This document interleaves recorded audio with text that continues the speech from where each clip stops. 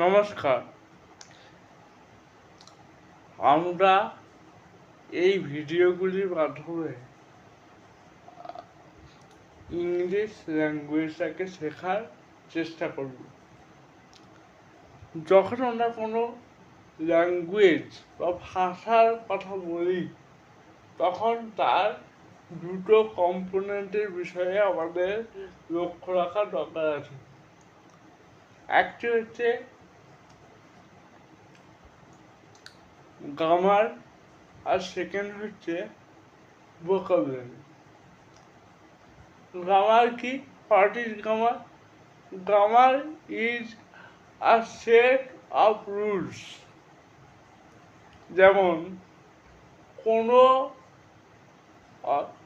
দেশ বা কোনো প্রতিষ্ঠান বা অর্গানাইজেশন চালাতে গেলে আমাদের কিছু নিয়ম শৃঙ্খলা তৈরি করতে হয়, রুলস রেগুলেশন অ্যাক্ট তৈরি করতে হয়।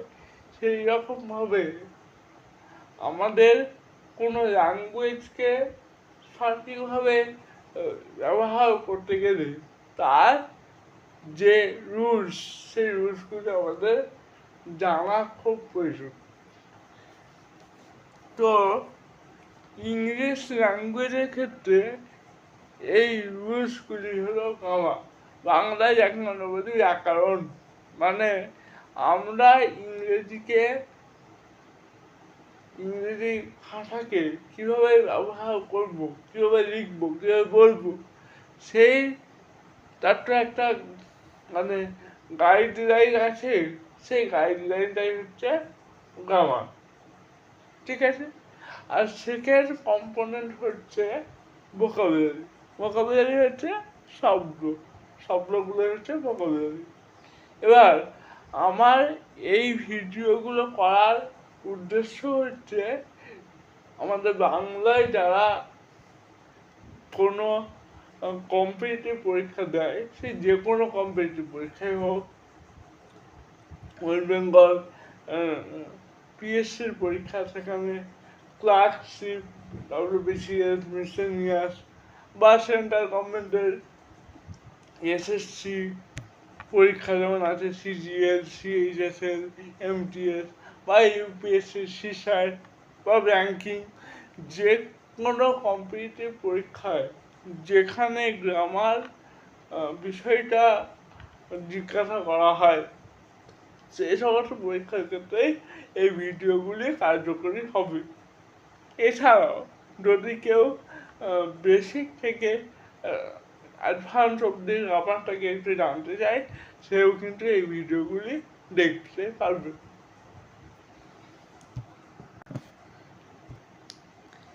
এবার যখন আমরা কোনো ল্যাঙ্গুয়েজের কথা বলি তখন সেই ল্যাঙ্গুয়েজ বা সেই স্পিচের কতগুলি কম্পোনেন্ট থাকে। যেমন ধরুন, একটা বাড়ি তৈরি করতে গেলে অনেক ধরনের কম্পোনেন্ট লাগে, ইনগ্রেডিয়েন্ট, একেবারে উপাদান।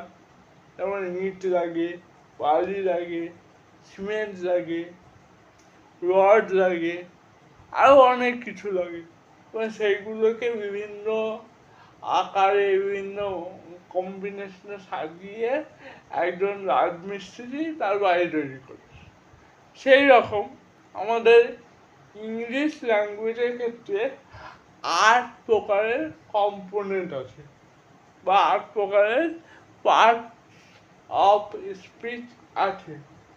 এগুলি কী কী সবাই জানি। Noun, pronoun, adjective, verb, adverb, preposition, conjunction, interjection. এগুলো আমরা সবাই জানি, ক্লাস 1 থেকে পড়ে এসেছি।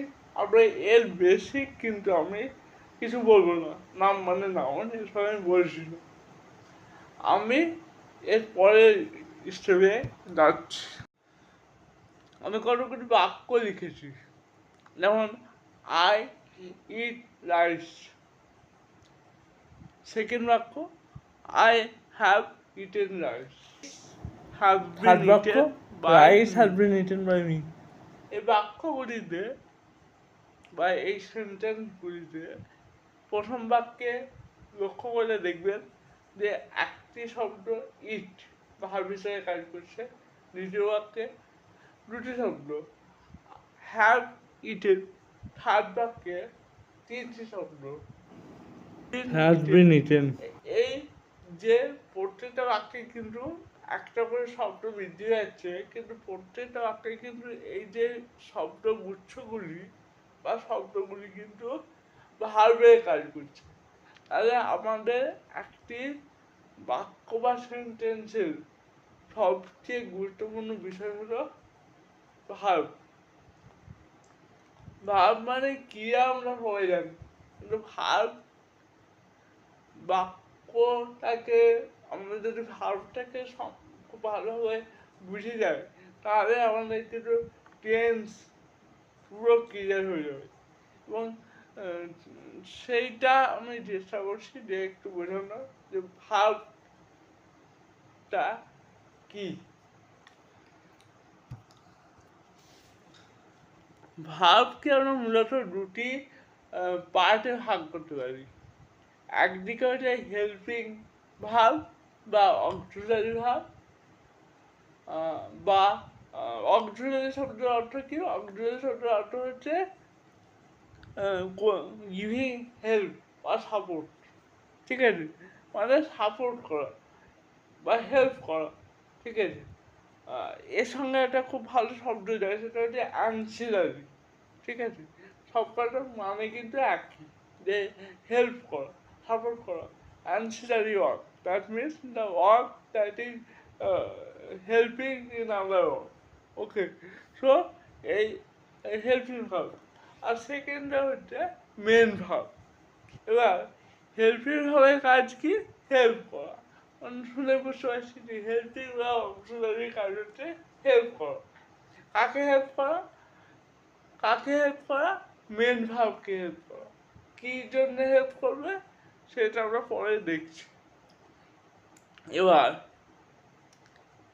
আমরা এইগুলো সব ডিটেলসে কিন্তু ধীরে ধীরে আলোচনা করব। এখন আমরা এই যে ভার্বের যে স্ট্রাকচার, যে মানে কী বলে ওটা, ভার্বের যে ক্যাটাগরাইজেশন, মানে সেইটাকে আমরা দেখার আগে চেষ্টা করি যে ভার্বকে আমরা কতভাবে ভাগ করতে পারি। তো প্রথমে কি পেলাম যে ভার্ব হচ্ছে দুই প্রকার, হেল্পিং বা অক্সিলারি, এবং সেকেন্ড হচ্ছে মেন ভার্ব। হেল্পিং বা অক্সিলারি ভার্ব আবার দুই প্রকার, যেমন প্রাইমারি অক্সিলারি এবং সেকেন্ডারি অক্সিলারি। প্রাইমারি অক্সিলারি এবং সেকেন্ডারি অক্সিলারি বা মোডাল, ঠিক আছে। প্রাইমারি অক্সিলারি কেন বলা হচ্ছে? এবার আমাদেরকে দেখতে হবে যে প্রাইমারি অক্সিলারি আর সেকেন্ডারি অক্সিলারির মধ্যে পার্থক্যটা কি। What is the difference between primary auxiliary and secondary auxiliary বা মোডাল? প্রাইমারি অক্সিলারি দুটো কাজ করতে পারে। কি কি? যেমন প্রাইমারি অক্সিলারি সাপোর্ট করতে পারে, হেল্পিং ভার্ব হিসেবে কাজ করে, আবার কখনো কখনো বাক্যে মেন ভার্ব হিসেবে কাজ করে। কিন্তু সেকেন্ডারি অক্সিলারি বা মোডাল এরা কখনোই কিন্তু মেন ভার্ব হিসেবে কাজ করতে পারে না, এরা সবসময় হেল্পিং ভার্ব হিসেবে কাজ করে। যদিও কিছু এক্সেপশন আছে, সেগুলো আমি পরে ডিসকাস করব। এবার প্রাইমারি অক্সিলারির মধ্যে কী কী আছে আমরা দেখে নিই। ডু, ডু এর মধ্যে কী কী আছে? প্রেজেন্ট ফর্মে আছে ডু এবং ডাস, পাস্ট ফর্মে আছে ডিড, এবং V3 বা পাস্ট পার্টিসিপল ফর্মে আছে ডান, ঠিক আছে। ডু বা ডাস হচ্ছে V1, V2 হচ্ছে পাস্ট টেন্সে ডিড, আর V3 হচ্ছে ডান। হ্যাভ আছে, হ্যাভের ক্ষেত্রে কী কী আছে? হ্যাভ এবং হ্যাজ, এই দুটো হচ্ছে প্রেজেন্ট টেন্সে। তারপরে V2তে কী আছে? হ্যাজ, এবং V3তেও কিন্তু হ্যাডই আছে। এবার বি, বিভাগের মধ্যে কী কী আছে? বিভাগের মধ্যে আছে বি আছে, অ্যাম আছে, ইজ আছে, আর আছে। এইগুলো কোথায় আছে? V1 V2তে কি আছে? V2তে আছে ওয়াজ এবং ওয়ার, ঠিক আছে? মানে পাস্ট টেন্সে বিভাবে পাস্ট টেন্স দুটো, ওয়াজ এবং ওয়ার। আর V3 বা পাস্ট পার্টিসিপল হচ্ছে বিন। বেশ, এই মোডালের মধ্যে কী কী আছে আপনারা দেখে নিন। মোডালের মধ্যে আমরা আছে shall, should, will, would, can, could, may, might, need to, dare to, used to, এইগুলো। আর মেন ভার্ব যেটা আছে আমাদের, মেন ভার্বের মধ্যে আমরা তিনটি দেখতে পাই, V1, V2 এবং V3। যেমন ইট, এট, ইটেন, ঠিক আছে? এবার আমরা পরবর্তী ভিডিওতে ডিটেলস এগুলো নিয়ে আলোচনা করব।